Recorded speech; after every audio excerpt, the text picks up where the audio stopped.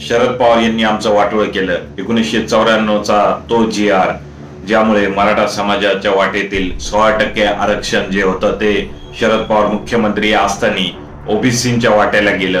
परंतु ज्या पवार साहेबांनी ओबीसीला 16% अतिरिक्त आरक्षण दिलं त्यांना सुद्धा ओबीसी समाजाने विसरलं, त्यांचे उपकार ठेवले नाहीत, अशी प्रतिक्रिया खुद्द मराठा संघर्ष योद्धा मनोज जरांगे पाटील यांनी काल दिली. त्यांच्या मते 1994चा जो GR आहे त्या GR मध्ये शरद पवार मुख्यमंत्री असतानाच घोळ झाला आणि त्यांनीच त्यावेळेस 16% अतिरिक्त आरक्षण हे ओबीसीला दिलं, जे आरक्षण मराठा समाजाला भेटायला पाहिजे होतं ओबीसी अंतर्गत.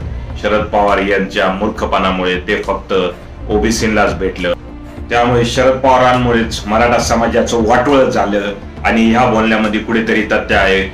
शरद पवार 1994ला मुख्यमंत्री होते आणि त्यांनीच 1994चा GR जो होता तो पास केला होता. शरद पवार यांच्याकडे संधी होती मराठा समाजाला पण ओबीसी अंतर्गत त्यावेळेस आरक्षण देण्याचं, परंतु त्याकडे पवार साहेबांनी दुर्लक्षित केलं, असंही अनेक जण खासगीतही बोलतात. आणि जरांगे पाटील यांनी तेच आज स्वतः बोलून एक प्रकारे याच्यावर शिक्कामोर्तब लावलेला आहे.